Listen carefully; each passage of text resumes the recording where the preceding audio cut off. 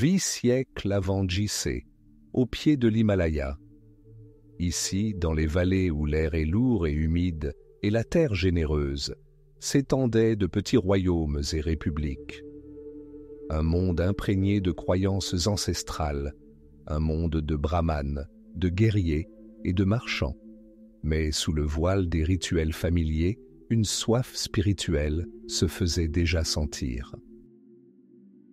Les Shramana, ascètes errants, chercheurs de vérité, qui rejetaient l'autorité des Védas et proposaient leur propre voie vers la libération, parcouraient les forêts et les villes.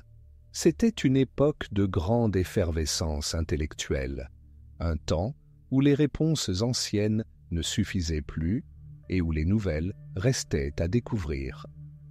Dans l'un de ces royaumes, l'État Shakya, dont la capitale était Kapilavastu, régnait le roi Shuddhodana. Il eut un fils, Siddhartha Gautama. À sa naissance, le sage et ermite Asita versa des larmes, non de chagrin, mais d'une joie mêlée de tristesse. Il vit 32 signes d'un grand homme sur le corps de l'enfant et prédit son destin. Le garçon deviendrait soit un grand roi, un monarque universel, soit, s'il connaissait les souffrances du monde, un Bouddha, un être éveillé, un maître des dieux et des hommes. Shuddhodana n'entendit que la première partie de la prophétie. Il désirait un fils héritier, un souverain puissant, et non un ascète sans abri. Il décida donc de déjouer le destin. Le roi fit construire bien plus qu'un simple palais pour Siddhartha. Il érigea un monde idéal, une forteresse d'illusions, à l'abri de la réalité elle-même. 3 palais, un pour chaque saison, étaient entourés de jardins parfumés où fleurissaient des lotus et où chantaient des oiseaux étranges. Nulle larme n'y parvenait, nulle plainte ne s'y infiltrait. Les serviteurs étaient jeunes et vigoureux, les danseuses d'une grande beauté, les musiciens virtuoses. Chaque souhait du prince était exaucé avant même qu'il n'ait eu le temps de s'en rendre compte. Les mots maladie, vieillesse et mort étaient bannis du vocabulaire du palais. Siddhartha grandit au milieu de la beauté, du bonheur et de l'art. Il s'entraîna comme guerrier, surpassant ses pairs, épousa la belle princesse Yashodhara, et ils eurent un fils, Rahula. Sa vie était une symphonie parfaite, sans une seule fausse note. Il vécut 29 ans dans ce cocon doré, ignorant l'existence d'un autre monde au-delà de ses murs. Mais les germes de la prophétie étaient déjà semés. Un jour, la curiosité l'emporta sur l'interdiction de son père. Siddhartha ordonna à son cocher, Channa, de préparer le char. Il voulait voir la ville, observer la vie de ses sujets. Son père, ne pouvant refuser, ordonna de décorer les rues et d'écarter du chemin du prince tout ce qui aurait pu l'attrister. Mais les dieux, ou le destin lui-même, contrecarrèrent ses plans. Lors de son premier voyage en char, au milieu de la foule en liesse, Siddhartha vit quelque chose qu'il n'avait jamais vu auparavant. Un homme dont le dos était courbé sous le poids d'un fardeau invisible. Sa peau, flétrie par le temps, pendait en plis sur ses os. Son visage était sillonné de profondes rides et sa bouche édentée était creuse. Il s'appuyait sur une canne et chaque pas lui demandait un effort immense. « Qu'est-ce que c'est, Channa ?» demanda le prince stupéfait. « C'est la vieillesse, Seigneur, » répondit le cocher. « Tel est le destin de tous ceux qui naissent. Toi et moi, nous tous, nous deviendrons un jour comme lui. » Le char retourna au palais. La musique et les rires n'apportaient plus de joie au prince. La première fissure apparut dans le mur de son monde illusoire. Après un moment, il repartit à cheval. Au bord du chemin, dans la poussière, il aperçut un autre homme. Son corps était ravagé par la fièvre, sa peau était couverte de plaies, il respirait difficilement et gémissait de douleur, incapable de se lever. Un vide l'entourait, les gens l'évitaient, craignant la contagion. « Qu'est-ce que c'est » demanda Siddhartha, le cœur serré de compassion. « C'est la maladie, Seigneur, » répondit Channa. « Le corps est fragile, et nul n'est à l'abri de la souffrance. » Un second mur s'était effondré. Les joies de la vie semblaient fragiles et éphémères au prince. Le troisième voyage fut décisif. Un petit cortège s'approchait du char. 4 hommes portaient sur leurs épaules une civière de bois, sur laquelle reposait un corps inanimé enveloppé dans un simple linceul. Derrière eux marchaient des proches en larmes. « Que porte-t-il, Channa ? Pourquoi cet homme est-il immobile et pourquoi ces gens pleurent-ils si amèrement ?»« C'est un mort, monsieur, » répondit le conducteur du char d'une voix calme. « Sa vie est terminée. Son corps sera incinéré et il se réduira en cendres. Telle est la fin de toute vie. Nul n'échappe à la mort. » À cet instant, Siddhartha prit conscience de toute la profondeur du destin humain. La naissance mène inévitablement à la vieillesse, à la maladie et, finalement, à la mort. Le monde entier qu'il connaissait, avec son luxe, sa puissance et son amour, lui parut dénué de sens face à cette loi inéluctable. Mais une 4e rencontre eut lieu. Elle n'apporta pas le désespoir, mais l'espoir.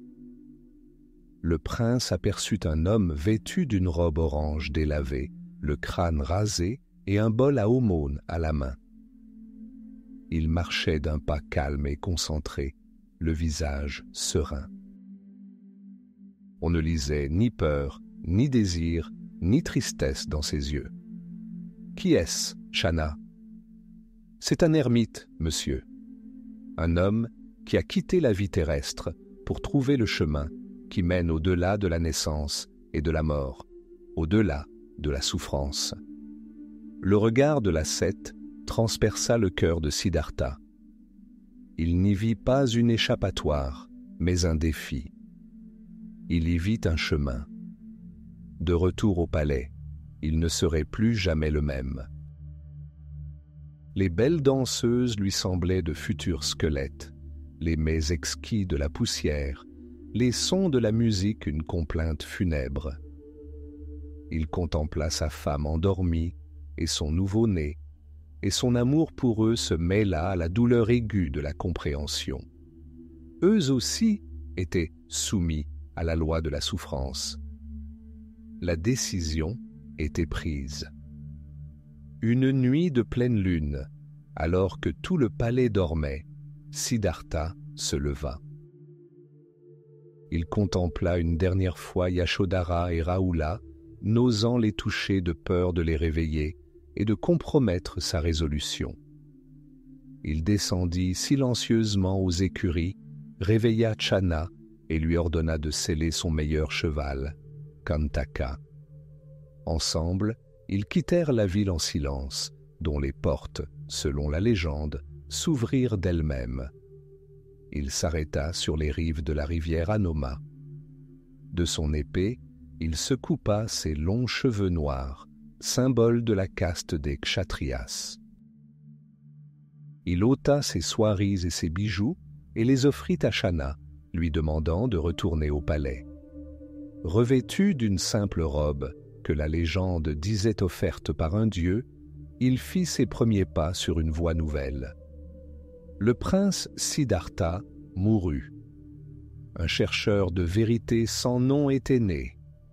Sa grande quête de libération ne faisait que commencer. Laissant derrière lui 5 ascètes, le corps exténué par l'autotorture, Siddhartha Gautama arriva sur les rives de la rivière Neranjana. Des années d'ascétisme extrême n'avaient rien donné. La faim qui le tenaillait obscurcissait son esprit. Il comprit que se faire souffrir était une impasse, tout comme se complaire dans le luxe qu'il avait fui. La vérité devait se trouver quelque part entre les deux. Acceptant un bol de riz au lait offert par une villageoise, il retrouva des forces. Ce simple geste était bien plus qu'un simple moyen d'apaiser sa faim. C'était une rupture avec le passé, l'adoption d'une nouvelle voie, la voie du milieu.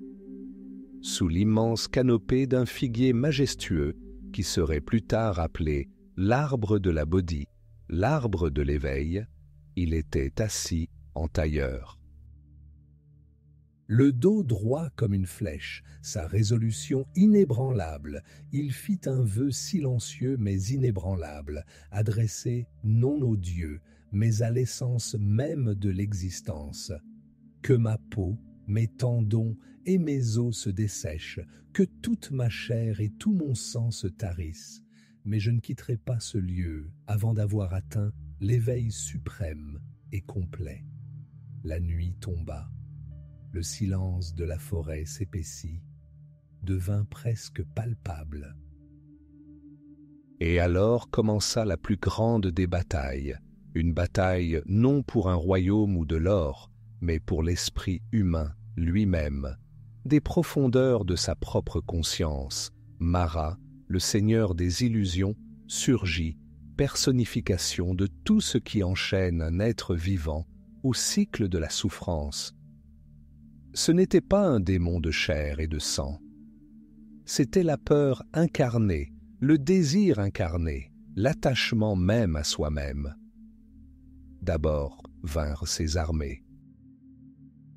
Des légions de doutes, d'inquiétudes et de souvenirs d'échecs passés. Elles lui murmuraient du poison à l'oreille. « Tu ne peux pas, tu n'es qu'un homme. Qui es-tu pour défier les lois de l'univers ?» Siddhartha ne broncha pas. Il ne les combattit pas. Il se contenta de les observer, comme on observe les nuages qui passent, sans s'y attacher ni les repousser. Et, privé de son attention, les fantômes commencèrent à s'estomper. Alors Mara changea de tactique. Il envoya ses filles, la luxure, l'insatisfaction et la passion. Elles dansèrent devant lui, lui promettant tous les plaisirs sensuels qu'il avait laissés dans son palais. Elles lui rappelaient la chaleur de l'amour humain, son devoir envers son fils et son épouse. Mais Siddhartha les perça à jour. Il ne vit pas la beauté de leurs apparences, mais leur véritable nature. L'impermanence, le vide et la source des souffrances futures. Il demeura immobile, telle une montagne insensible au vent. Fou de rage, Mara déchaîna l'ultime tentation, celle de l'ego lui-même. « Tu atteindras l'illumination, siffla-t-il, et tu deviendras grand, tu seras vénéré. Mais qui sera témoin de ta victoire? Tu es seul dans ces ténèbres. » Siddhartha garda le silence. Lentement, il abaissa sa main droite et effleura la terre du bout des doigts. Et la terre elle-même, silencieuse et éternelle, devint son témoin. Elle avait été témoin d'innombrables vies d'efforts, d'aspiration, de compassion. Devant ce geste, Mara, incarnation du moi illusoire, subit la défaite finale et se dissipa comme la brume matinale. L'esprit était désormais clair. Le chemin était ouvert. Siddhartha plongea toujours plus profondément dans l'océan de la conscience. D'abord, il vit défiler devant lui la suite de ses vies antérieures, telle une roue sans fin. Il se vit animal, dieu, pauvre, roi, homme, femme. Il comprit comment chaque action, chaque parole, chaque pensée d'une vie façonnait inexorablement les conditions de la suivante. Alors sa vision s'élargit. Il perçut cette même chaîne de cause à effet, cette loi du karma, à l'œuvre pour tous les êtres vivants dans tous les mondes. Il les vit naître, souffrir, mourir et renaître, sans cesse poussés par la soif et l'ignorance, tels des aveugles errant en rond. Et son cœur se remplit d'une compassion infinie.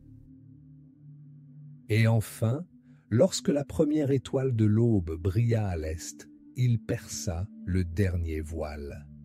Il vit la racine de la souffrance, non pas une malédiction divine, ni la malveillance, mais la vérité simple et inexorable de la nature de l'existence.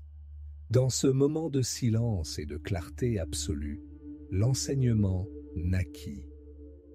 Les 4 nobles vérités lui furent révélées dans leur intégralité. Premièrement, la vie est souffrance. Non seulement la douleur et le chagrin, mais aussi la fugacité même du bonheur, l'impermanence même de toute chose. Deuxièmement, la cause de la souffrance est le désir, l'attachement et la convoitise. Le désir de ce que nous n'avons pas et la peur de perdre ce que nous possédons. Troisièmement, la souffrance peut cesser. Si la cause est éliminée, l'effet disparaît également. Il existe alors un état de paix et de liberté absolue, le nirvana. Et quatrièmement, il existe un chemin vers la cessation de la souffrance, le noble octuple sentier, la vision juste, l'intention juste, la parole juste, la conduite juste, les moyens d'existence justes, l'effort juste, la pleine conscience juste et la concentration juste. Siddhartha Gautama, prince du clan Shakya, cessa d'exister. Sous l'arbre de la Bodhi naquit le Bouddha, l'éveillé. Il demeura 49 jours à l'ombre de l'arbre, plongé dans la béatitude de la libération. Il hésita.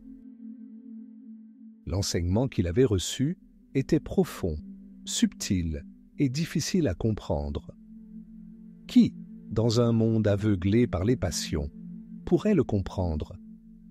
Mais la pensée de ces êtres dont les yeux ne contenaient qu'un peu de poussière le poussa à se lever.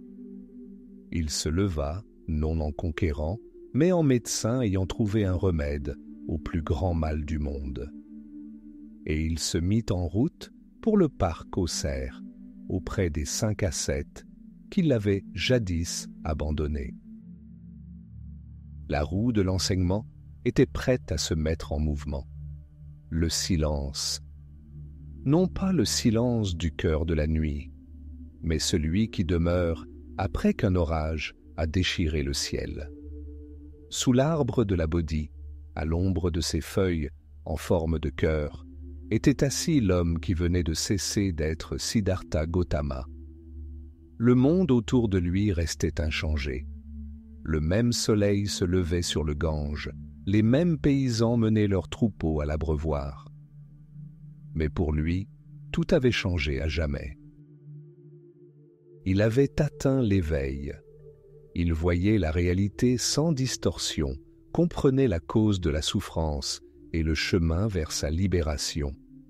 Et dans cet instant de lucidité absolue, le doute l'envahit. Un doute profond, presque insurmontable.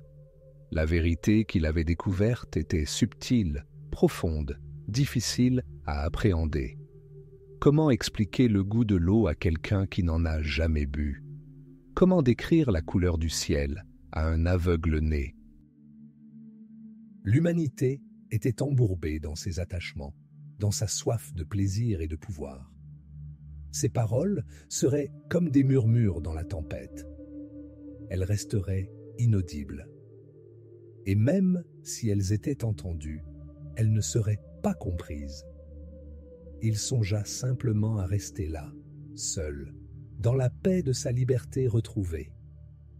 La tradition raconte qu'à ce moment précis, les dieux eux-mêmes l'implorèrent, le pressant d'enseigner. Mais le drame de cet instant ne réside pas dans une intervention céleste. Il réside dans un choix humain. Le choix entre la paix intérieure et la compassion pour tous les êtres vivants errant dans les ténèbres. Et il fit ce choix. Il choisit de parler. Il choisit de faire tourner la roue de l'enseignement. Mais à qui? À qui confier ce savoir primordial, si fragile? Il se souvint de ses anciens maîtres, mais réalisa qu'ils avaient déjà quitté ce monde. Ses pensées se tournèrent alors vers ceux qui l'avaient accompagné le plus longtemps dans sa quête ascétique. Ses 5 anciens compagnons, 5 ascètes avec lesquels il avait partagé un lit de pierre et une nourriture frugale, torturant son corps dans l'espoir de libérer son esprit. Il l'avait abandonné lorsqu'il avait renoncé à l'auto-torture extrême, le considérant comme un traître, un apostate revenu au luxe, même si ce luxe n'était qu'un bol de bouillie de riz. Ils étaient loin, dans le parc aux cerfs de Sarnath, près de Varanasi, et il se mit en route. Il marcha pendant de nombreux jours, traversant la vallée du Gange brûlée par le soleil. La poussière des routes indiennes recouvrait ses pieds nus. Il n'emportait avec lui que sa perspicacité et sa détermination. 5 ascètes l'aperçurent de loin. La silhouette qui s'avançait vers eux leur était familière. « Regardez, dit l'un d'eux, voici Gautama, l'apostate. Il a abandonné le combat et s'est abandonné à l'excès. Convenons-en, ne le saluons pas, ne nous levons pas à son apparition. Ne lui offrons ni bol d'aumône, ni eau pour se laver les pieds. Plaçons un siège à l'écart. S'il le souhaite, il peut s'asseoir. » Ils étaient convaincus d'avoir raison. À leurs yeux, c'était un homme déchu, un faible qui s'était égaré du droit chemin. Mais à mesure qu'ils s'approchaient, leur confiance commença à s'estomper. Quelque chose avait changé dans sa démarche, sa posture, la sérénité de son visage. Ce n'était pas un homme tourmenté par la culpabilité, ni en quête de réconfort. Il rayonnait d'une paix et d'une dignité qu'il n'avait jamais vues chez personne. Leur résolution, prise quelques instants auparavant, s'effondra. Malgré eux, l'un d'eux se leva et s'avança vers lui. Un autre apporta de l'eau. Un troisième prépara un siège. Ils le saluèrent comme un hôte de marque, sans comprendre pourquoi. Il s'assit, et tandis que l'air du soir se rafraîchissait et que les cigales chantaient plus fort, il commença son premier sermon. Il ne parla ni de Dieu, ni de la création. Il n'exigea ni foi, ni adoration aveugle. Il parla de ce qu'il avait vécu. Il évoqua 2 extrêmes à éviter. Le premier est la voie des plaisirs sensuels, vile et ne menant qu'à une satiété et une souffrance accrue. Le second est la voie de l'auto-torture, douloureuse, humiliante et stérile. Lui-même avait parcouru ces 2 voies jusqu'à leur terme et connaissait leurs impasses. Il existe une voie médiane, dit-il, une voie qui ouvre la vision, confère la connaissance, conduit à la paix, à la perspicacité, au nibbana. Il exposa ensuite les 4 vérités qui constituèrent le cœur de son enseignement. Premièrement, la vie, telle que nous la connaissons, est inextricablement liée à la souffrance. La naissance, la maladie, la vieillesse, la mort, la séparation d'avec l'être aimé et la rencontre avec l'indésirable sont autant de souffrances. Deuxièmement, cette souffrance a une cause. Cette cause est le désir insatiable, l'attachement à l'existence, au plaisir, aux idées. Troisièmement, cette souffrance peut cesser en éradiquant complètement sa cause, le désir.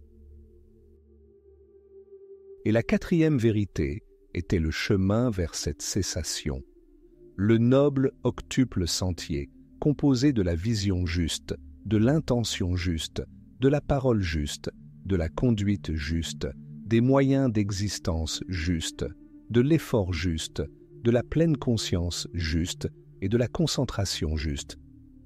Ce n'était pas une révélation. C'était un diagnostic et une prescription. Précis, clair, pratique. Il parla, et les 5 ascètes écoutèrent. Ils entendirent bien plus que de simples mots. Ils virent devant eux la preuve vivante de la vérité de ces paroles. La compréhension brilla dans les yeux du plus âgé d'entre eux, Kaundinya. Il vit, il comprit. En vérité, tout ce qui est sujet à l'apparition est aussi sujet à la disparition, dit-il. À cet instant, la première sangha vit le jour, la communauté. Les enseignements cessèrent d'être la propriété d'un seul individu.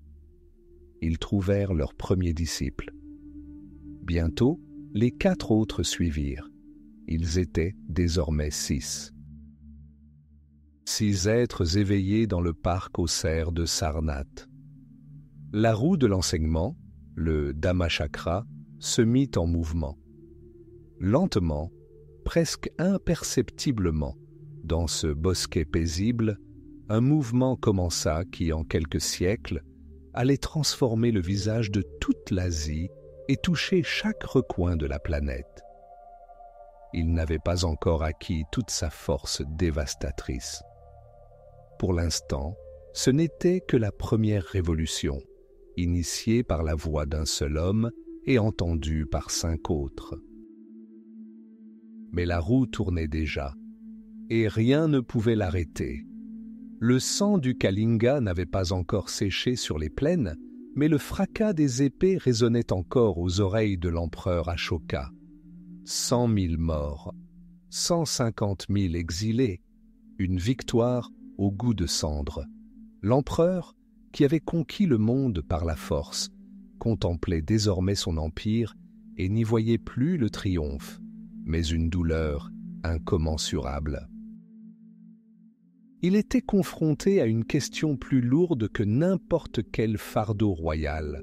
Comment gouverner un État né de la violence, mais désormais voué à la non-violence?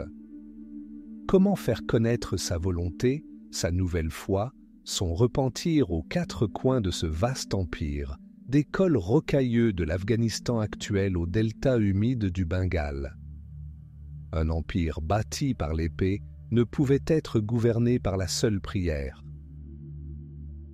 Il lui fallait une loi nouvelle, mais non une loi inscrite sur de fragiles feuilles de palmier qui pourriraient en une génération. Ashoka trouva la réponse non dans les bureaux, mais dans les carrières. Son message était de s'intégrer au paysage lui-même. Éternel, inébranlable. Il décida de graver son empire dans la pierre. Ainsi débuta l'une des campagnes de propagande les plus ambitieuses de l'histoire de l'humanité. À travers tout le pays, des routes commerciales poussiéreuses, aux lieux de pèlerinage sacrés, des colonnes de grès polis miroirs commencèrent à s'élever.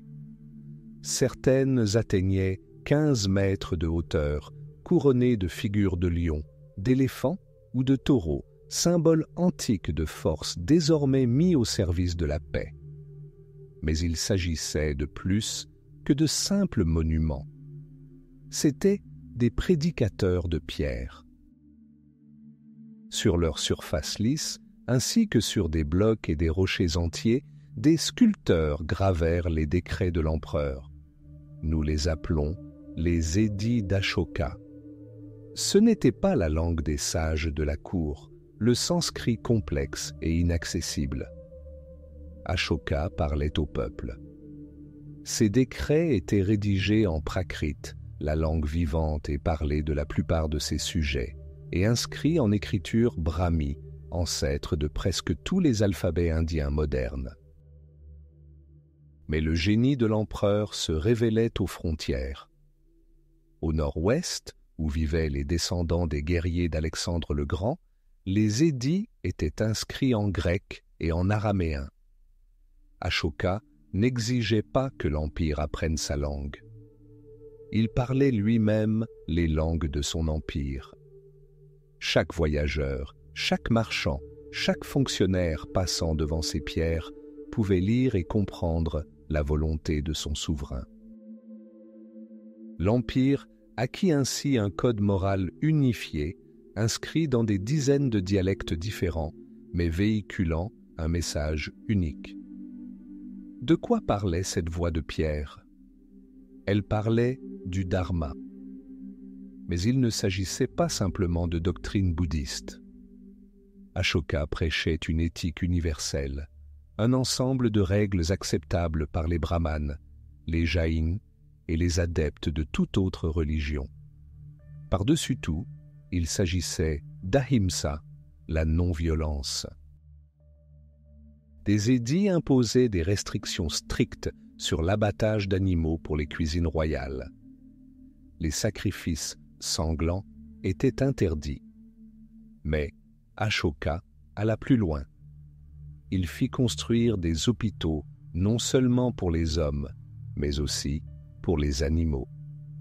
Il ordonna de planter des arbres d'ombrage le long des routes et de creuser des puits pour faciliter le voyage des hommes et des bêtes de somme. Vient ensuite le respect. Le respect des parents, des enseignants, des aînés. Et, chose inouïe pour l'époque, le respect de toutes les religions. L'un des plus célèbres, le 14e Grand Édit sur rocher, proclamait que ceux qui encensent leur propre foi tout en dénigrant celle des autres ne font en réalité que nuire à la leur. Ashoka non seulement tolérait les autres croyances, mais les soutenait activement en faisant don de grottes aux ascètes Ajivika et en protégeant les brahmanes. Son empire n'était pas un État bouddhiste, mais un État où les principes de compassion et de tolérance étaient érigés en loi. Ces édits étaient bien plus que de simples déclarations. Ils constituaient des instruments de gouvernement. Des fonctionnaires spécialisés, les Dharma Mahamatras, parcouraient le pays, supervisant l'application des décrets, réglant les différends et expliquant au peuple les principes d'une vie juste. Il s'agissait d'une bureaucratie mise au service de la morale. Ainsi Ashoka accomplit sa seconde conquête. La première fut une conquête territoriale, payée de sang. La seconde fut une conquête des cœurs, réalisée au burin et à la pierre. Il transforma sa tragédie personnelle et sa perspicacité spirituelle en politique d'État. Son empire ne reposait plus sur la crainte des légions, mais sur une idée gravée dans la roche et les colonnes qui se dressent encore aujourd'hui, 2 millénaires et demi plus tard, gardiennes silencieuses de son héritage. C'est une voix que ni le vent ni le temps n'ont pu étouffer. La voix d'un empereur qui avait compris que la véritable victoire ne réside pas dans la destruction de l'ennemi, mais dans la fin même de l'hostilité. Les flammes du bûcher funéraire de Siddhartha Gautama n'étaient pas encore éteintes, mais ses disciples étaient déjà confrontés à une question aussi lourde qu'une pierre himalayenne. Comment préserver l'enseignement? Comment préserver la pureté du Dharma alors que le Maître lui-même, son incarnation vivante, était entré dans le parinirvana? La confusion régnait, imprégnée encore de santal et de fumée. mais elle laissa place à la détermination. Le premier concile de Rajagriha, réuni immédiatement après le décès du Bouddha, visait à graver ces paroles dans la pierre. 500 arhats ayant atteint l'éveil se rassemblèrent dans la grotte de Satapani. Là, Ananda, disciple fidèle doté d'une mémoire phénoménale, récita mot pour mot tous les discours du Bouddha. Chaque « ainsi ai-je entendu » était un vœu de fidélité. Chaque sutra une empreinte de vérité. Le moine Upali, avec la même précision, exposa les règles de la communauté monastique, le Vinaya. Il semblait que les fondations aient été posées. Solides, inébranlables. La communauté, le Sangha, était unie, cimentée par une douleur partagée et un but commun. Mais le temps est un puissant dissolvant. Il use même la pierre la plus dure. Un siècle passa, des générations se succédèrent, des monastères surgirent dans toute la vallée du Gange, et ce qui semblait immuable commença à succomber aux aléas de la vie.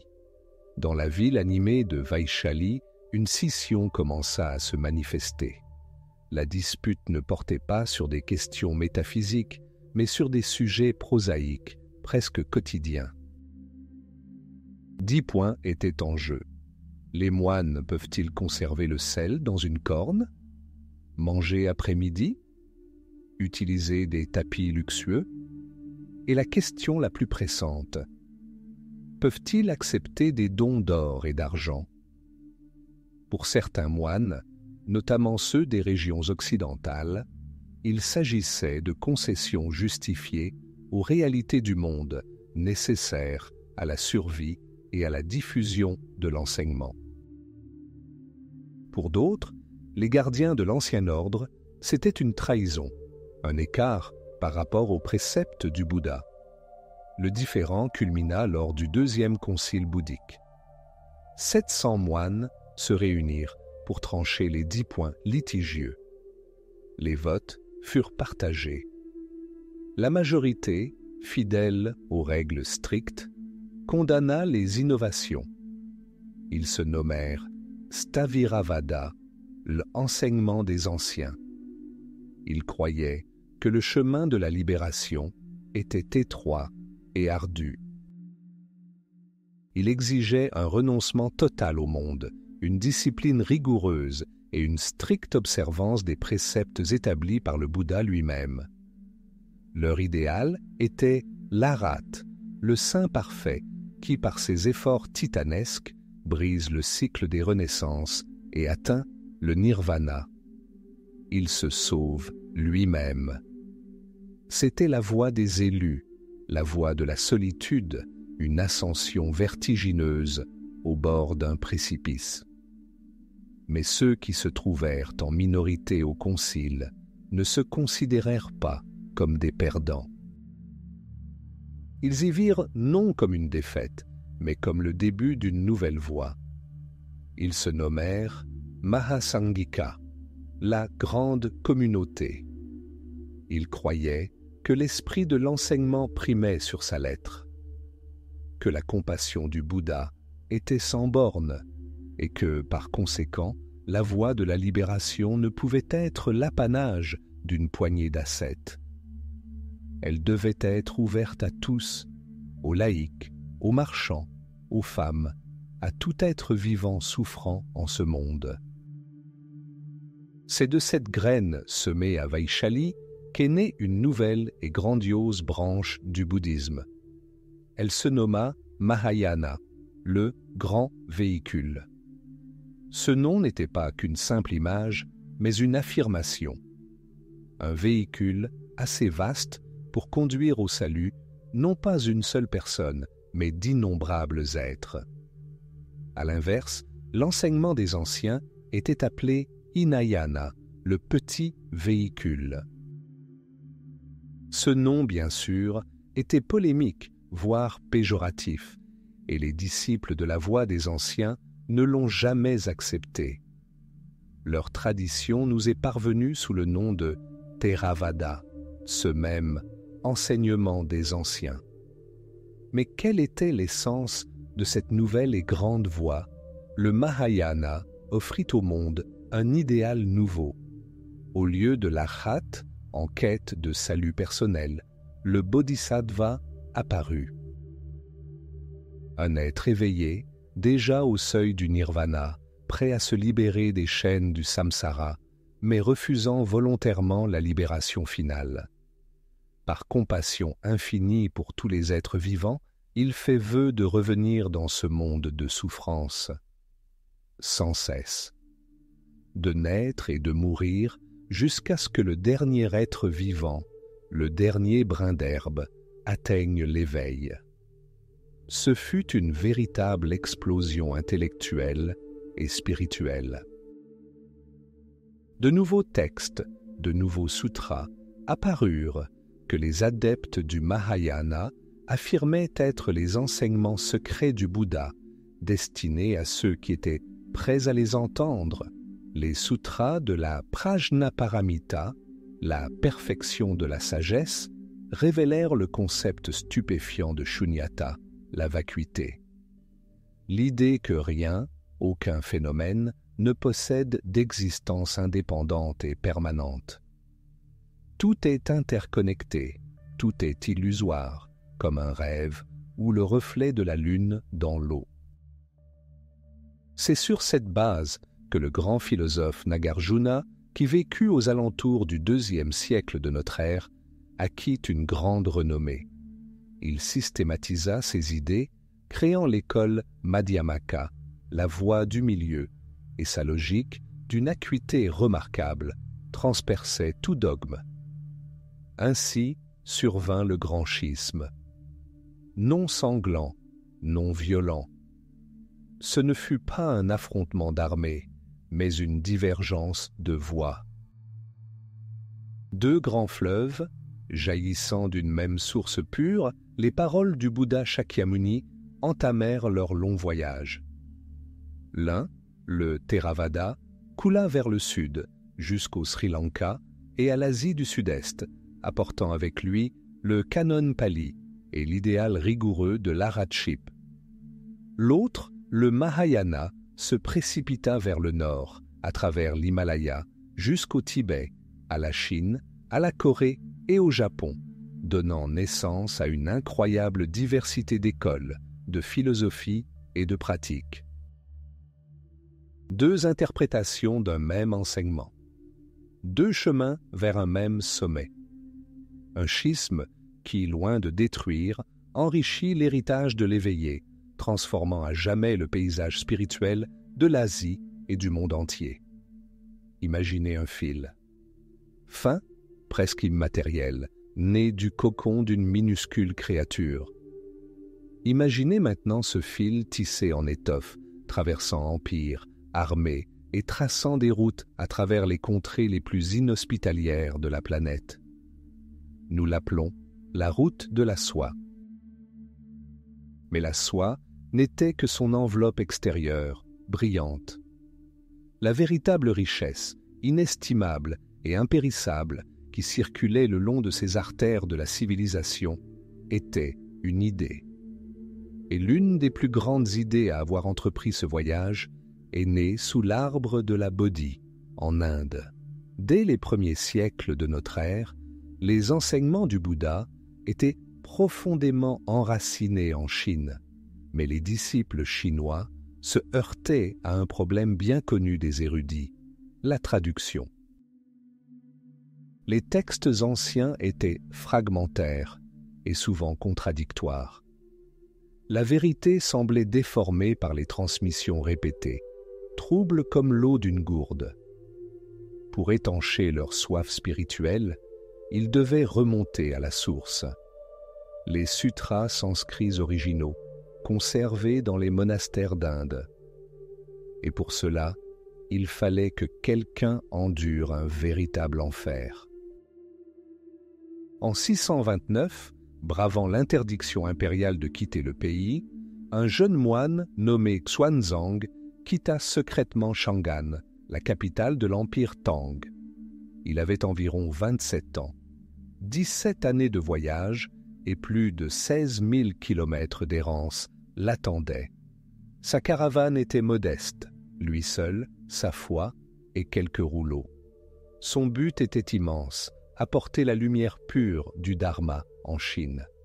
La première épreuve fut le désert, le Taklamakan. Son nom, en dialecte local, signifie « entrer et ne jamais sortir ». Il ne s'agit pas d'une exagération poétique. Le jour, le soleil embrase le ciel d'une blancheur extrême, et le sable brûlant brise toute détermination. La nuit, la température chute en dessous de zéro. Des mirages font miroiter des oasis illusoires, et un vent sec enfouit sous les dunes les ossements d'hommes et de chameaux disparus.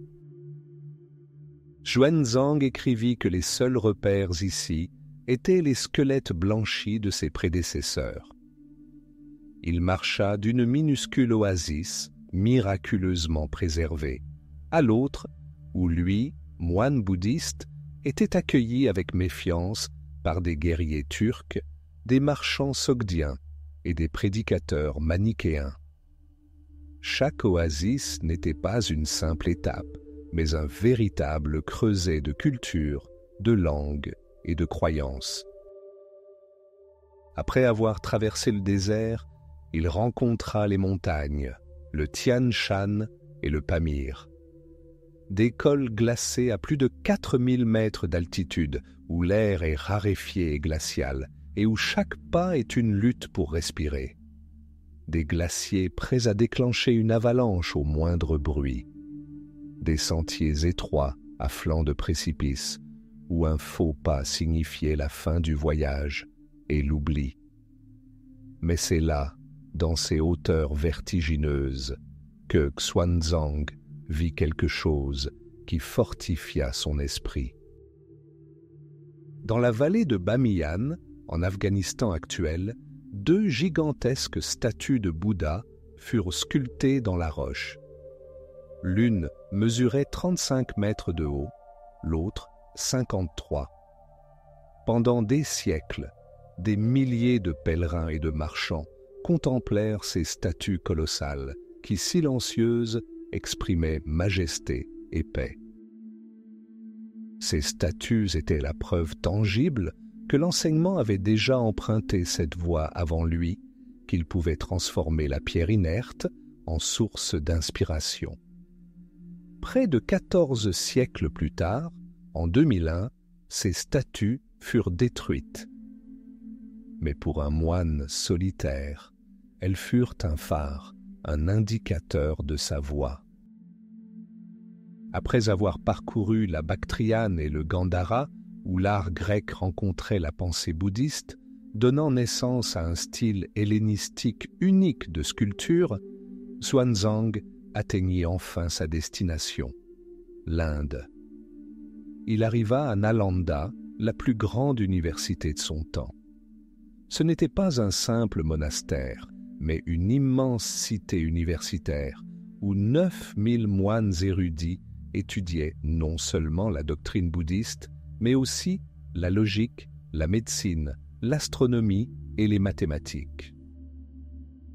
Là, dans des bibliothèques renfermant des centaines de milliers de manuscrits, Xuanzang passa des années à s'imprégner avidement du savoir à la source.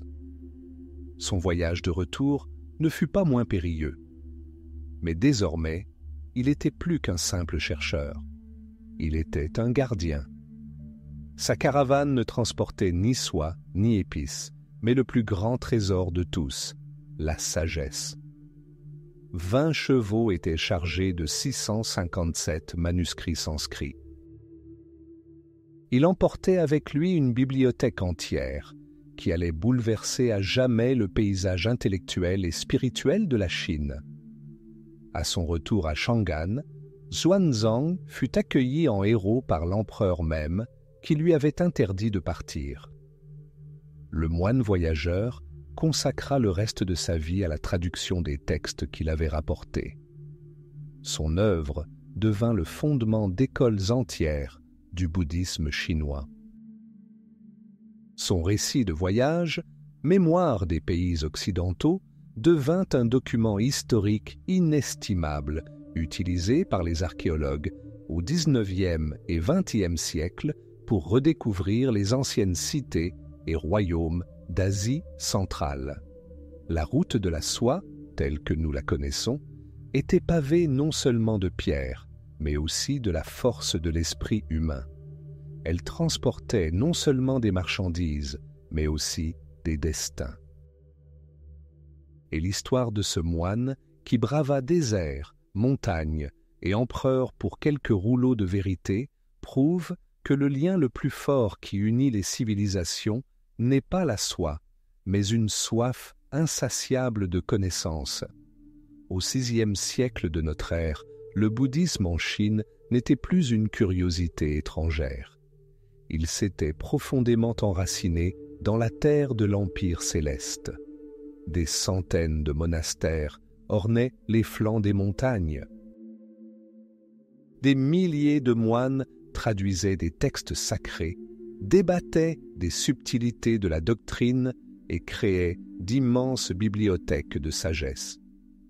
Les empereurs soutenaient ces enseignements, y voyant non seulement une voie vers le salut, mais aussi un moyen de maintenir leur pouvoir. Le bouddhisme devenait une religion de rituels, de mérites et de textes. Plus on construisait de pagodes, plus on recopiait de sutras, plus on accumulait de bons karmas. Tout était compréhensible, mesurable, presque tangible. Ainsi, dans ce monde de doctrines raffinées et de pagodes dorées, surgit une figure d'un tout autre genre. La légende raconte qu'il arriva d'Inde par la mer, un vieil homme aux yeux bleus perçants et à la barbe emmêlée, nommé Bodhidharma. Il était le 28e patriarche dans la lignée du Bouddha lui-même. Il n'apporta aucun texte nouveau. Il ne proposa aucun rituel nouveau. Il n'emportait que lui-même et la sérénité de son esprit. La renommée du sage parvint à la capitale de la dynastie des Liang du Sud, et l'empereur Wu, le plus fervent protecteur du bouddhisme de son temps, souhaita le rencontrer. La rencontre eut lieu dans la salle du trône, au milieu des soieries scintillantes et du jade frais des sols du palais. Fier de ses actions, l'empereur s'adressa à Bodhidharma. Il lui relata tout ce qu'il avait accompli pour diffuser l'enseignement, les monastères qu'il avait fait construire, les statues qu'il avait commandées, les traductions de textes sacrés qu'il avait financés. Puis, il posa la question cruciale. Quel mérite ai-je retiré de tout cela? La réponse de Bodhidharma résonna comme un coup de tonnerre dans un ciel dégagé. Il dit « Aucun mérite ». La cour resta figée. L'empereur, abasourdi par une réponse si audacieuse, ne comprenait pas. Comment était-ce possible? Toute sa foi, toutes ses œuvres, tout reposait sur l'idée d'accumuler des mérites. Il demanda de nouveau « Quelle est donc la vérité suprême de l'enseignement sacré ?» Bodhidharma répondit de façon encore plus énigmatique « Le vide. Rien de sacré. » C'était bien plus qu'une simple dispute. C'était un affrontement entre deux mondes. Pour l'empereur Wu, le bouddhisme était un acte extérieur. Pour Bodhidharma, c'était un état intérieur. Pour l'un, c'était l'accumulation. Pour l'autre, c'était la libération totale. Incompris et rejeté, Bodhidharma quitta la cour. La légende raconte qu'il traversa le puissant Yangtze, debout sur un simple roseau, et qu'il voyagea vers le nord jusqu'aux terres de la dynastie Wei. Son chemin s'acheva au pied du mont Songshan, où un jeune monastère Shaolin se nichait à l'ombre des forêts. Mais même là, il n'enseigna ni ne prêcha. Il se retira dans une grotte à flanc de montagne, s'assit face à la paroi et se plongea dans la méditation. Il y demeura 9 ans. 9 années de silence, tandis que les oiseaux nichaient à l'entrée de sa grotte, que la neige la recouvrait en hiver et que les pluies d'été lavaient les pierres. Il ne regardait pas vers l'extérieur. Il regardait vers l'intérieur. La paroi de la grotte devint le miroir de son propre esprit. Cette pratique, le bigwan, contempler la paroi, devint le cœur de son enseignement. Des chercheurs de vérité vinrent à lui, mais il garda le silence. Parmi eux se trouvait un moine érudit nommé Wike. Il se tenait jour et nuit près de la grotte, implorant sa guidance. Une nuit, une épaisse couche de neige tomba. Elle recouvrit Wike jusqu'à la taille, mais il demeura immobile. À l'aube, Bodhidharma rompit enfin le silence et lui demanda ce qu'il cherchait, debout dans la neige. Wike répondit en larmes, « Mon esprit est agité. Maître, je vous en prie, apaisez-le. » Bodhidharma dit, « Apporte-moi ton esprit et je l'apaiserai. » Wike chercha longtemps en lui cet esprit agité, comme quelque chose de distinct, quelque chose qu'il pourrait saisir et ramener chez lui. Finalement, désespéré, il dit « J'ai cherché mon esprit, mais je ne le trouve pas. » Et alors, Bodhidharma prononça les mots qui allaient tout changer. « Voilà, j'ai déjà apaisé ton esprit. » À cet instant, Wike comprit tout. L'esprit n'est pas une chose. L'angoisse n'est pas un objet. Ce n'est qu'un processus, une illusion à laquelle on s'accroche. Pour prouver sa détermination, la légende raconte que Wike se coupa la main gauche et la plaça devant son maître, où un sang écarlate jaillit sur la neige blanche. Ainsi eut lieu la transmission. Non par les mots, non par les textes, mais d'esprit à esprit. C'était le chant. La prononciation chinoise du mot sanskrit dhyana, qui signifie contemplation, méditation. C'était un enseignement de transmission directe, au-delà des Écritures. Il enseignait que la nature de Bouddha réside déjà en chaque être vivant. Nul besoin de la chercher dans les livres ou les statues d'or. Il suffit de regarder en soi, dans le silence de sa propre conscience. Le dragon du pragmatisme et de la simplicité chinois rencontra le lotus de la sagesse indienne. Et de cette rencontre naquit quelque chose d'entièrement nouveau. Un enseignement qui n'exigeait pas de mémoriser des milliers de pages, mais qui requérait la plénitude de l'existence humaine. Il disait « Ne lisez pas sur le chemin, devenez le chemin. Ne parlez pas d'éveil. Vivez-le, ici et maintenant. » Cette petite pousse, semée par un étranger barbu dans une grotte près du monastère Shaolin, donnera naissance à un arbre majestueux qui étendra ses branches à travers l'Extrême-Orient et deviendra connu au Japon sous le nom de Zen, le fer et la soie, l'acier froid d'un katana et la simplicité d'un tapis de méditation.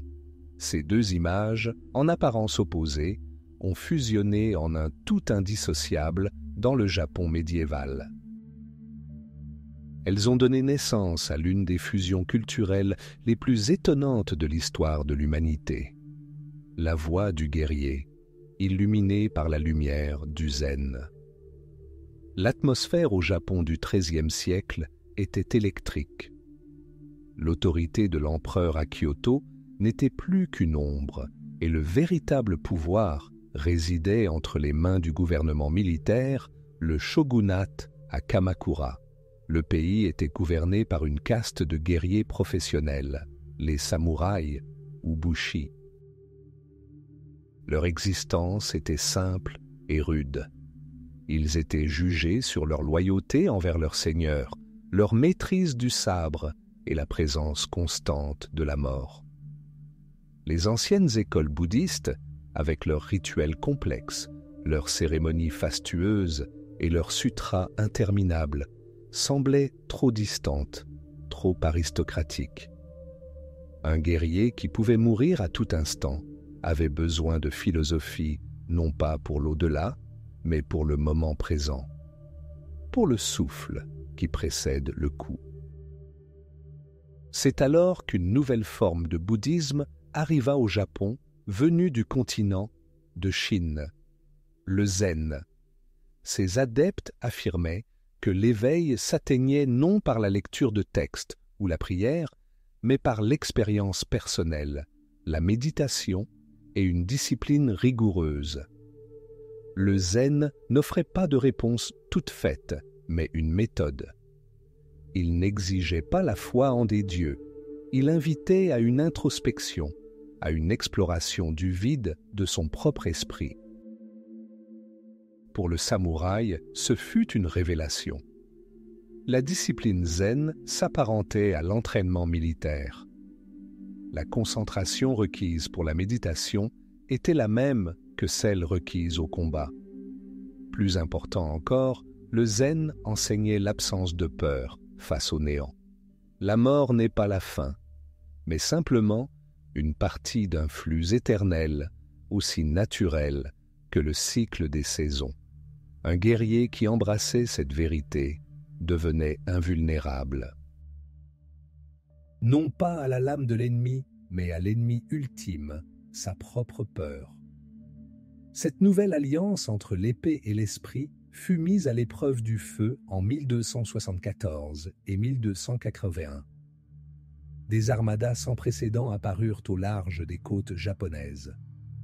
Des dizaines de milliers de guerriers mongols, chinois et coréens, sous la bannière de Kubilai Khan, petit-fils de Gengis Khan, arrivèrent pour conquérir les îles. Le régent du Japon, Hojo Tokimune, était un fervent adepte du zen.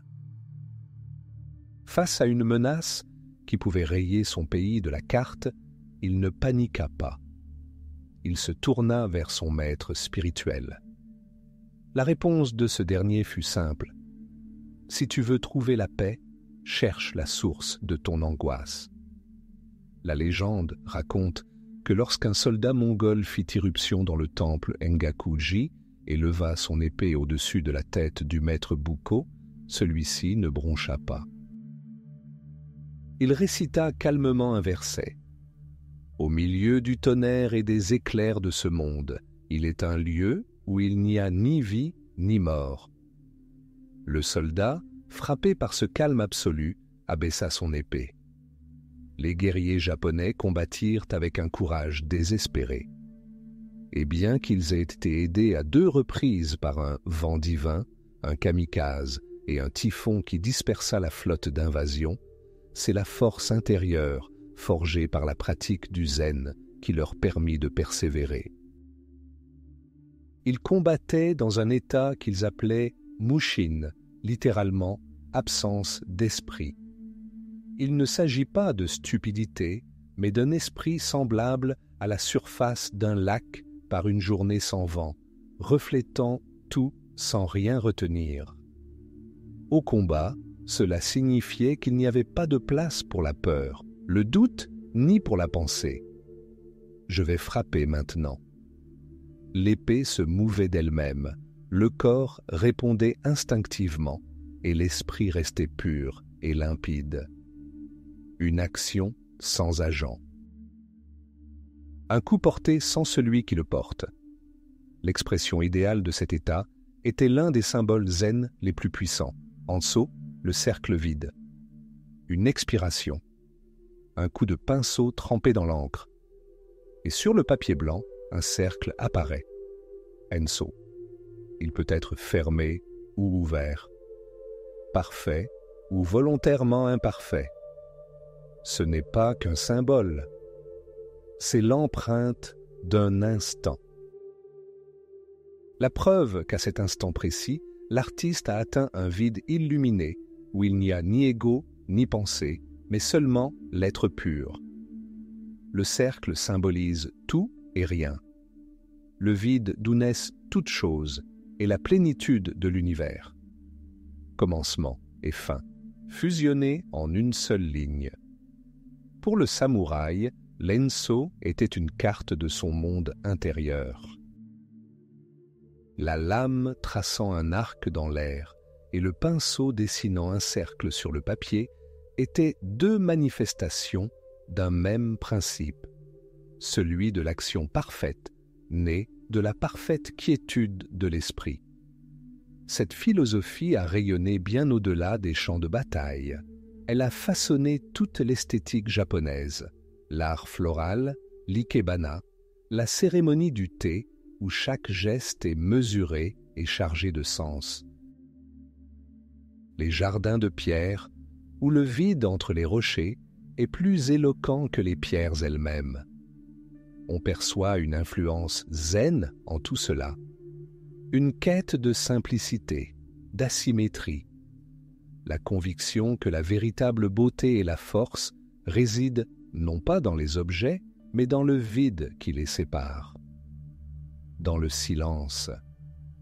Ainsi, de l'union d'un guerrier cherchant à affronter la mort avec dignité et d'un moine en quête de vie dans le vide, naquit une culture unique. Une culture où la maîtrise suprême consiste à agir dans l'oubli de soi, où la plus grande force jaillit de la paix absolue, et où le sens le plus profond se trouve dans un simple cercle vide tracé sur une feuille de papier, d'un seul geste, d'un seul souffle. Imaginez un lieu où l'air est si raréfié que chaque respiration est un effort, où l'horizon n'est pas une ligne, mais une couronne déchiquetée de pics glacés qui touchent le ciel. C'est le Tibet, le toit du monde. Et c'est ici, isolé du reste de la civilisation, que le bouddhisme a connu l'une de ses transformations les plus étonnantes. L'histoire de son arrivée n'est pas celle d'un sermon paisible.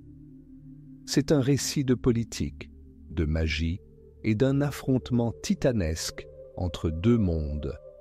Au 7e siècle, le roi Songtsen Gampo, unificateur des tribus tibétaines, épousa deux princesses, l'une népalaise, l'autre issue de la puissante dynastie Tang chinoise. Toutes deux étaient bouddhistes.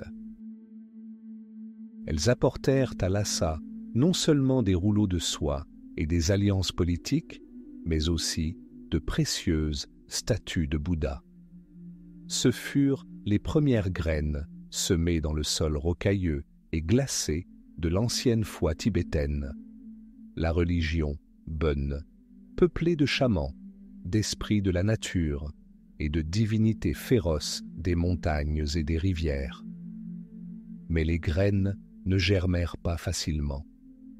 Les esprits locaux semblaient résister à la foi étrangère.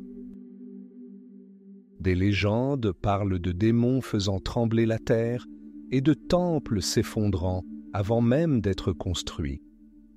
Puis, au 8e siècle, un grand maître fut appelé d'Inde, dont le nom est encore prononcé avec révérence, Padmasambhava, né du lotus, ou, comme on l'appelle au Tibet, Guru Rinpoche.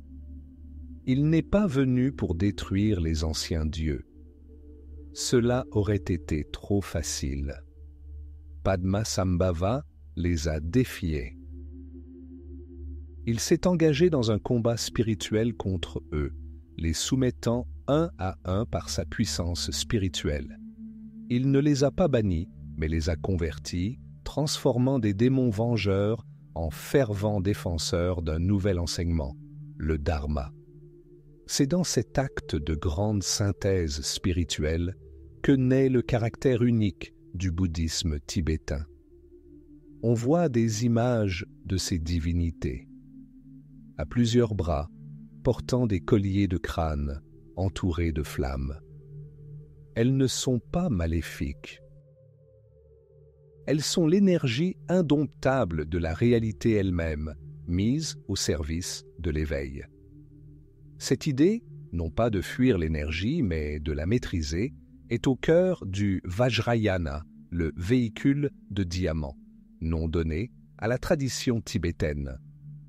Tandis que d'autres voies bouddhistes proposent un chemin long et progressif vers la libération, le Vajrayana est une voie rapide et audacieuse, à l'image de l'éclair. Il utilise des enseignements secrets appelés Tantra. Contrairement aux idées reçues en Occident, le Tantra est bien plus que de simples rituels d'intimité physique. C'est un système complexe de pratiques, incluant la visualisation, les mantras et le travail avec les énergies subtiles du corps. Le pratiquant apprend à se percevoir non comme un être imparfait, mais comme un Bouddha déjà éveillé. Il ne se contente pas de prier une divinité, il fusionne avec elle, l'incarnant dans sa méditation pour éveiller ses qualités, compassion, sagesse et force. Ce chemin est périlleux. Sans mentor expérimenté, sans gourou, l'élève risque de se perdre dans son ego, confondant illusion et réalité. C'est pourquoi la transmission du savoir se fait toujours de manière personnelle, de maître à élève, dans une chaîne ininterrompue d'initiation. Et le symbole le plus frappant de ce cosmos complexe est sans doute le mandala.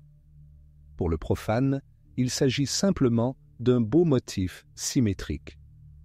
Mais pour un moine, c'est une carte bidimensionnelle du palais tridimensionnel de la conscience éveillée, un plan détaillé de l'univers.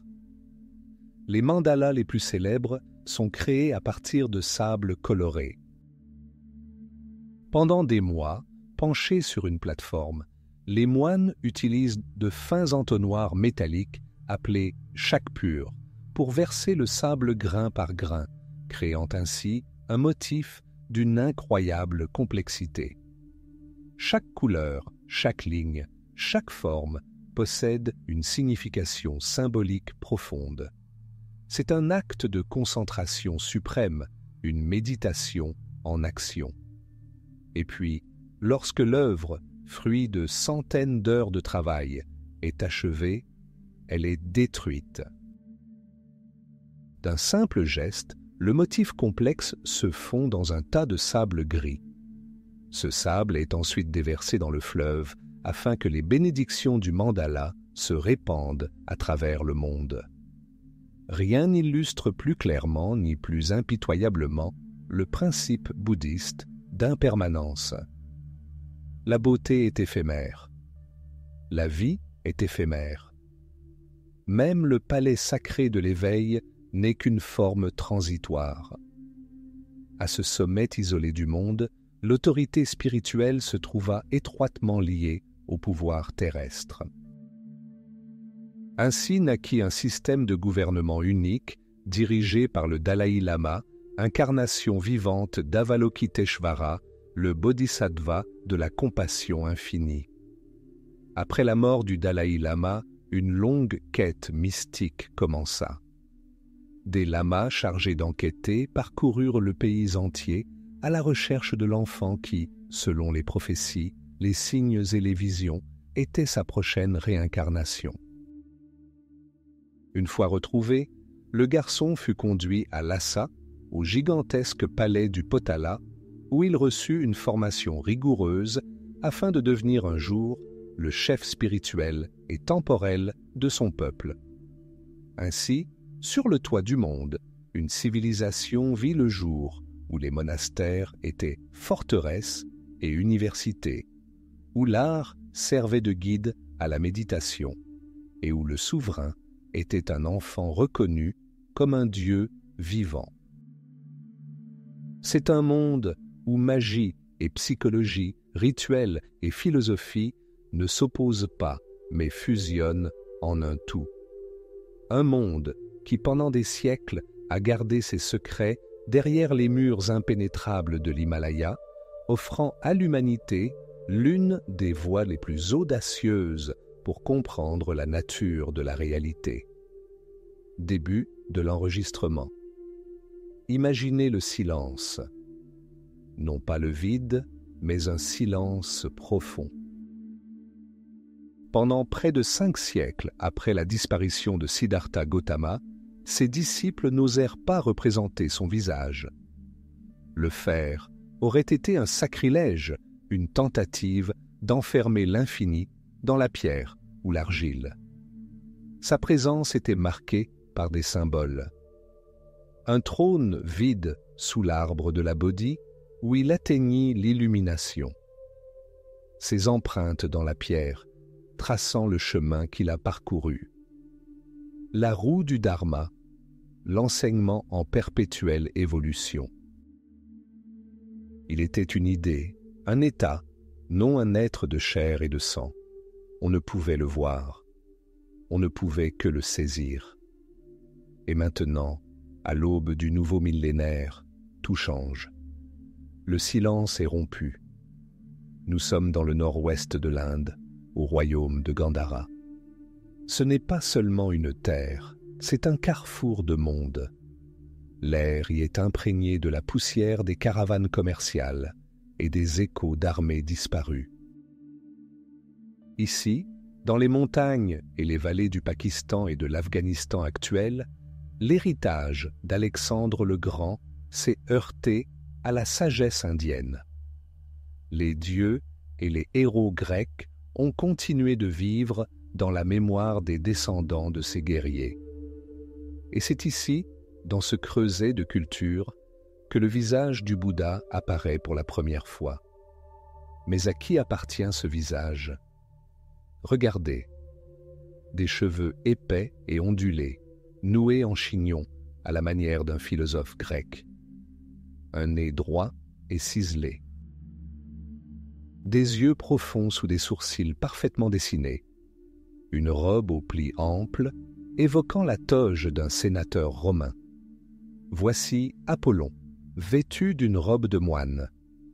Voici l'idéal de beauté hellénique, mis au service d'une nouvelle quête spirituelle. Les maîtres du Gandhara, peut-être d'origine grecque, utilisaient un langage formel familier pour exprimer l'ineffable, l'état d'éveil. Leur Bouddha est un maître calme et sûr de lui, athlétique et humain. Le caractère dramatique de cet instant est saisissant. L'humanisme occidental a donné un corps physique à l'enseignement oriental du vide. Cependant, l'histoire n'est jamais linéaire. Simultanément, à des milliers de kilomètres au sud-est, dans la ville de Mathura, une autre image voit le jour, complètement différente. Il ne s'agit pas d'un dieu grec, mais d'un puissant yaksha indien, un esprit de la nature. De larges épaules, un torse puissant, des yeux ouverts et un sourire subtil et terrestre. Sa robe, d'une étoffe des plus fines, dissimule à peine son corps imposant. Si le Bouddha du Gandhara est un philosophe, alors le Bouddha de Mathura est un roi de l'esprit, débordant de vitalité, d'énergie, de prana. Deux réponses différentes à une même question. Deux fleuves jaillissant de sources distinctes, destinés à ne faire qu'un. Et elles fusionnèrent. Au 4e et 20e siècle de notre ère, à l'âge d'or de l'Empire Gupta, l'art indien atteignit son apogée. Les maîtres de Sarnath et de Mathura puisèrent dans le meilleur des deux styles. L'harmonie grecque du Gandhara se mêla à l'énergie spirituelle indienne. Ainsi naquit l'image classique et canonique. Regardez-le maintenant. Son visage est parfait. Il n'exprime ni joie ni tristesse. Il transmet une paix qui transcende les émotions.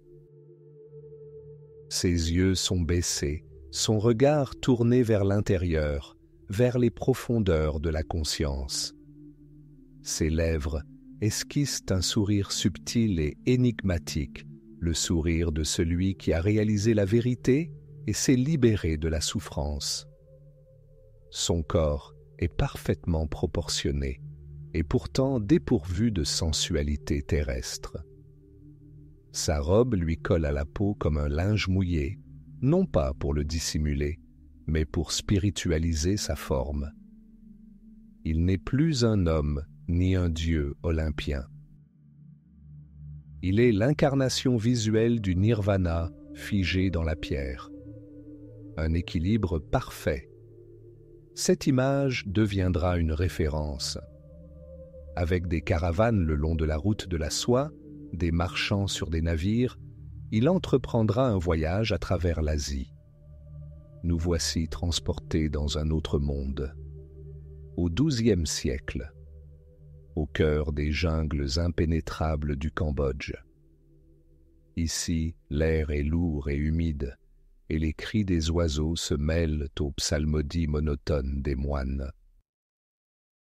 Le grand empire khmer érige son temple principal, Angkor Thom, et en son centre se dresse une merveille de pierre, le temple montagne du Bayon. Et c'est ici que le visage du Bouddha subit sa transformation la plus grandiose. Du haut de dizaines, voire de centaines de tours de pierre, des visages gigantesques vous contemplent. 4 visages ornent chaque tour, tournés vers les 4 points cardinaux. Leurs yeux sont clos, mais ils voient tout. Leurs lèvres arborent le même sourire mystérieux et omniscient que les statues Gupta. Mais il ne s'agit pas d'un Bouddha ordinaire. Il s'agit du Bodhisattva Avalokiteshvara, incarnation de la compassion infinie. Et, plus étonnant encore, ces visages portent les traits du créateur du temple lui-même, le roi Jayavarman VII. Dieu roi, c'est le summum de la synthèse. Le visage de l'être illuminé est devenu celui d'un souverain dont la compassion, à l'instar du regard de ces géants de pierre, embrasse tout son empire. Il ne se contente pas de gouverner, il prend soin. Il ne se contente pas de bâtir, il sauve. Les visages de Pierre du Bayon sont à la fois un manifeste politique et une révélation spirituelle. Ils contemplent les rizières, les villages, les palais et les huttes. Gardiens silencieux dont les sourires promettent protection et paix. D'Apollon en robe de moine au visage divin d'un roi au cœur de la jungle, la voix de l'image du Bouddha est la voix même de l'enseignement. Il ne s'agissait pas d'un dogme immuable gravé dans la pierre, mais d'une idée vivante qui, parcourant le monde, s'est imprégnée de la culture, de l'art et des espoirs de chaque peuple, leur donnant un visage, son propre visage unique d'éveil. Fin de l'enregistrement. La lumière qui brûlait sous l'arbre de la Bodhi illumina l'Inde pendant plus de 15 siècles. Elle illumina le chemin des empereurs et des ermites, des marchands et des paysans. Sa flamme nourrit les plus grands esprits d'Asie, transformant les monastères en universités sans précédent. Mais aucun feu ne brûle éternellement sans combustible. Au début du 2e millénaire de notre ère, la flamme du Dharma commença à s'éteindre dans sa terre natale. Ce ne fut pas un coup de vent soudain, mais un long et lent processus d'asphyxie. Les grands débats qui jadis animaient les couloirs des monastères se turent. La philosophie bouddhiste, devenue extrêmement complexe dans les écoles Madhyamaka et Yogacara, devint l'apanage d'un petit cercle d'intellectuels. Elle parlait un langage incompréhensible pour le simple paysan, pour qui les hymnes à Shiva ou à Vishnu étaient plus accessibles et plus chaleureux. L'hindouisme n'a pas supplanté le bouddhisme par la force. Il a simplement reconquis le cœur des gens. De grands penseurs tels que Shankara et Kumarila Bhatta ont insufflé à l'hindouisme une vigueur intellectuelle renouvelée, et le mouvement Bhakti lui a donné une nouvelle profondeur émotionnelle. La sangha bouddhiste, la communauté monastique, s'enrichit entre-temps. De vastes complexes monastiques possédaient des terres et des villages. Les moines qui erraient jadis avec pour seul bagage un bol à aumône devinrent administrateurs et érudits, coupés du quotidien de ceux qu'ils étaient censés guider. L'empire Gupta, généreux mécène, s'effondra. De nouvelles dynasties et de nouveaux rajas, accédant au pouvoir, se tournèrent de plus en plus vers les dieux ancestraux. Le flux d'or qui alimentait les monastères se tarit. Sans soutien royal, les grands viharas, tels des navires gigantesques échoués, restèrent immobiles et vulnérables. Ils devinrent des îlots de savoir raffinés dans l'océan d'un monde en mutation. Et puis, du nord-ouest, vint ce même vent qui éteignit les braises encore fumantes. Il ne s'agissait pas d'un simple changement de pouvoir. C'était l'avènement d'une force pour laquelle un monastère bouddhiste n'était pas un centre de savoir, mais un sanctuaire d'idolâtres. À la fin du XIIe siècle, les seigneurs de guerre turcs de la dynastie Guride déferlèrent sur les plaines du nord de l'Inde, telles une vague de feu. Ils étaient animés non seulement par la soif de nouvelles terres, mais aussi par la ferveur d'une foi nouvelle. La tragédie culmina avec la destruction des grandes universités bouddhistes. Imaginez Nalanda. Non pas un simple monastère, mais une cité de la sagesse, où 9000 moines et 2000 maîtres venus de toute l'Asie étudiaient la logique, la médecine, l'astronomie et la philosophie. Sa bibliothèque, Dharmaganja, le trésor de la vérité, occupait 3 bâtiments à plusieurs étages et abritait des centaines de milliers de manuscrits et de rouleaux inestimables, rassemblés pendant plus de 8 siècles. Vers 1202, une petite troupe commandée par le chef militaire Muhammad Bakhtiar Khalji s'approcha des murs de Nalanda. L'historien persan Minhaj-i-Siraj rapporte que les conquérants prirent le monastère pour une forteresse gardée par des brahmanes chauves. Ils y firent irruption et un massacre s'ensuivit. Les moines, qui n'avaient pas encore pris les armes, furent tués sur le champ. Ils cherchèrent des trésors, mais ne trouvèrent que des livres. Puis, ils incendièrent la bibliothèque. On raconte que la fumée des manuscrits brûlés plana au-dessus des ruines pendant 3 mois.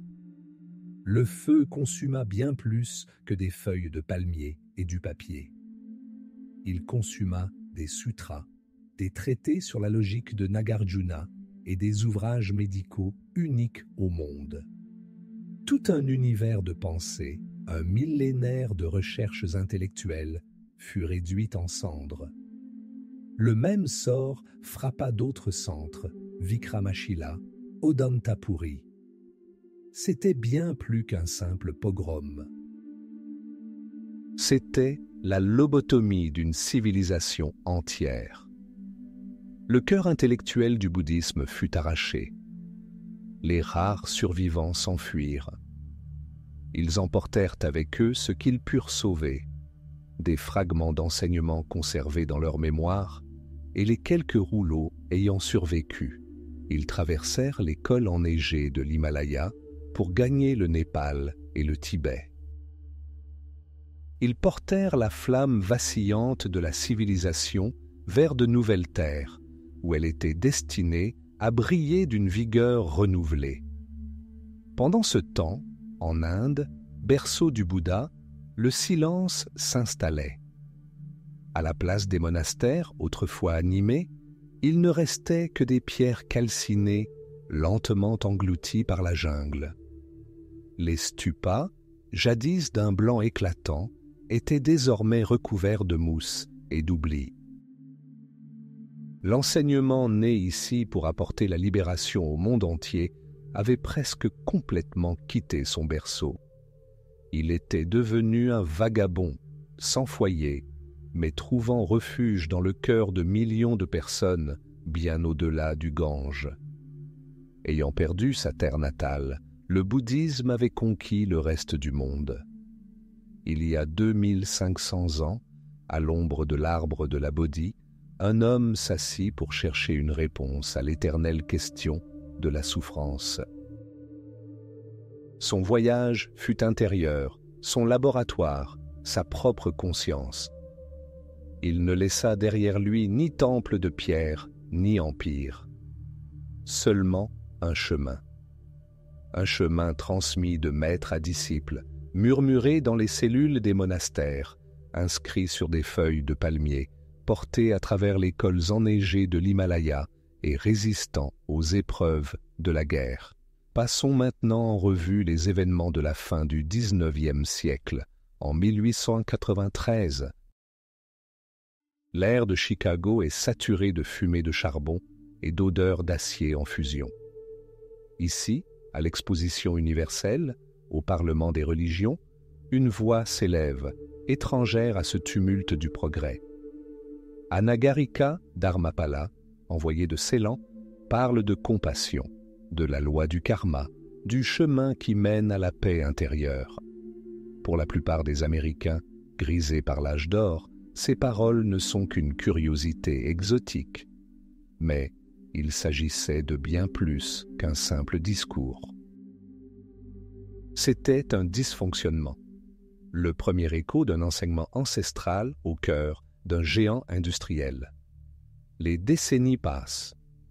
L'écho se fait plus fort. Désormais, il résonne non plus dans les amphithéâtres, mais dans les cafés enfumés de San Francisco. Il est repris par la Beat Generation.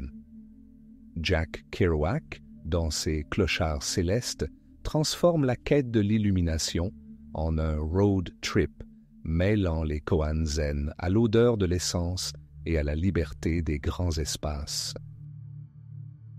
Pour eux, le bouddhisme est une rébellion contre la société de consommation, contre l'étouffante prévisibilité de la vie. Ils n'en ont pas toujours saisi toute la profondeur, le romantisant souvent, mais ce sont eux qui ont déchiré ces voiles académiques et semé ces graines dans le terreau de la contre-culture. Mais le dialogue le plus étonnant a commencé là où personne ne l'attendait.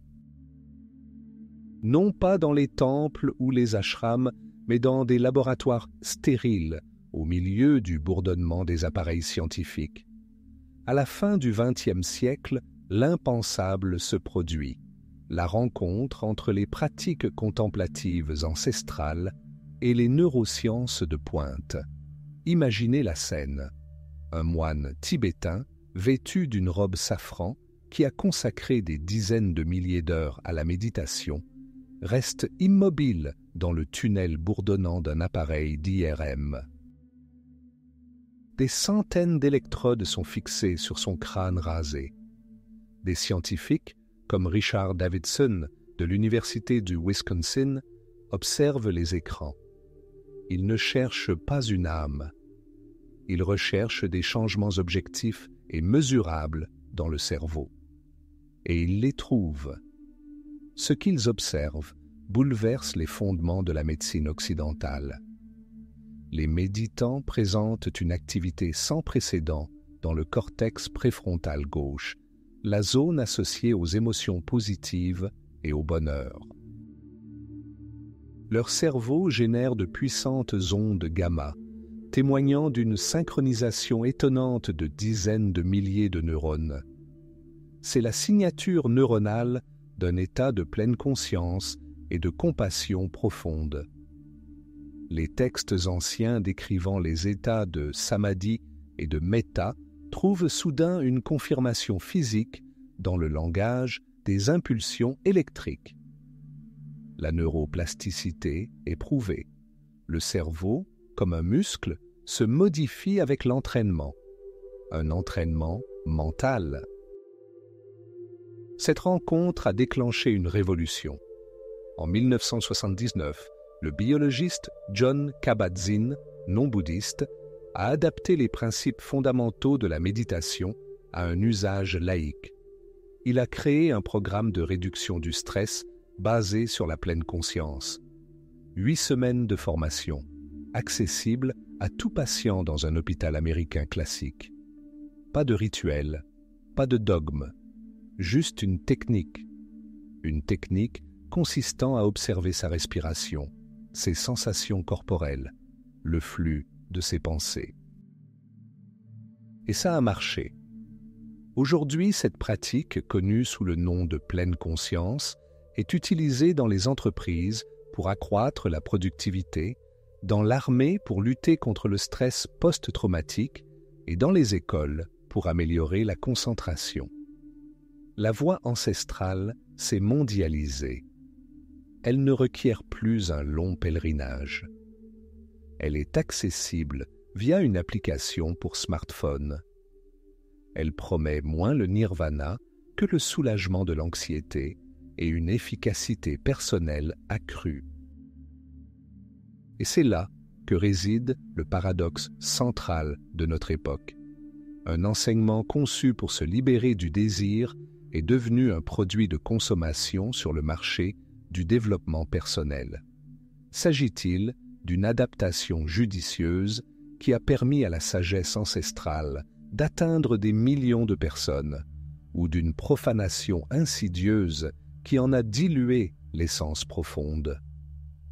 La réponse à cette question n'a pas encore été écrite. Nous nous trouvons à un tournant décisif. Le chemin vers la compréhension de la conscience, entamé il y a 2500 ans dans le silence d'un arbre, se poursuit aujourd'hui dans l'effervescence des laboratoires. Neurones et nirvana, cartographie du cerveau et cartographie de l'esprit. La science n'a pas prouvé le bouddhisme. Elle a simplement fourni un nouveau langage pour décrire ce que les contemplatifs ont toujours su. Nous pouvons changer le monde en nous changeant nous-mêmes.